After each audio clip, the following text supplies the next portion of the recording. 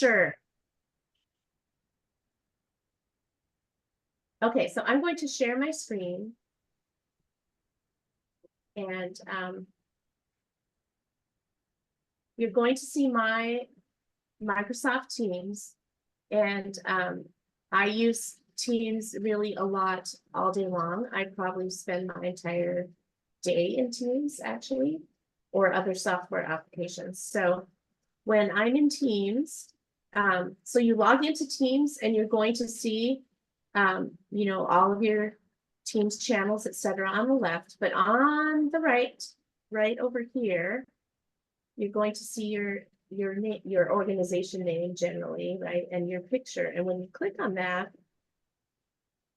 you are going to see any other organizations where you have been invited as a guest.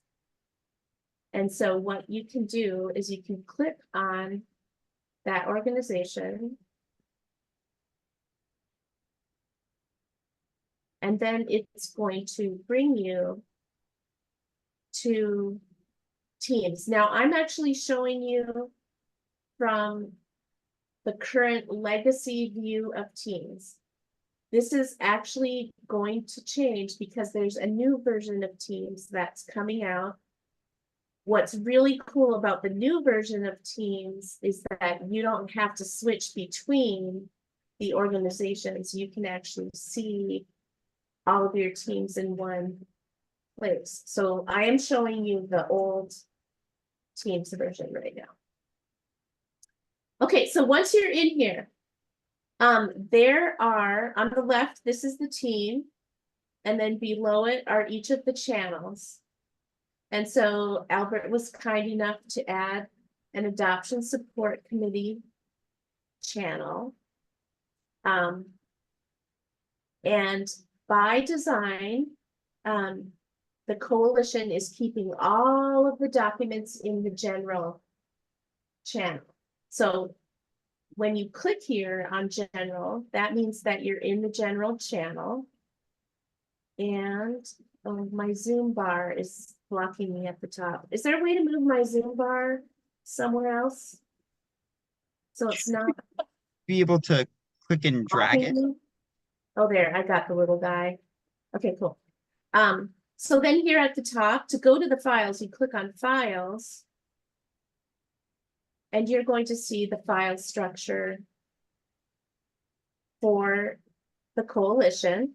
And each committee has a file. And actually there's a file for the phase 1 deliverables. So if you wanted to see the final deliverables that are currently active and out in the wild, then you can click on final deliverables. But in terms of working, you're going to find our working files under Adoption Support Committee. And so if you just click on it, it's just like File Explorer. You click on it, you open it, and you'll see the folders. Our group is the, I'm sorry, we're in vendor agreements working group. So if you open that, you're then going to see that these two files are here and they say they're available for edit. So to edit them, you just open them up. So a couple of things about that I've discovered in Teams so I work a lot in Teams on a lot of collaborative documents. It's going to be best to open these documents in your desktop app if you have Word, because for whatever reason, Microsoft seems to handle that collaboration in the desktop app better than in the actual Teams application itself. But it looks like it's opened in the desktop app. So you click Enable Editing, and it's going to tell you that track changes enabled. That's okay. Deborah, are you trying to share the Word doc itself? Yeah, is it not showing? I'm only seeing the team space. Oh my gosh. Okay, well, let me change my share settings, I guess.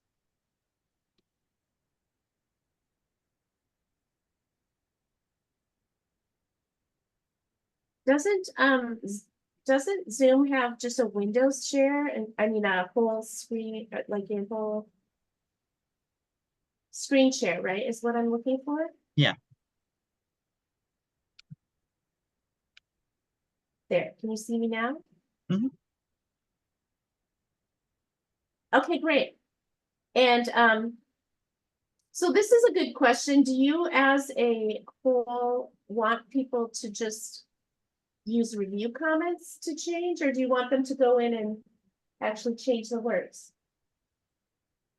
As long as you have track changes on, go for it.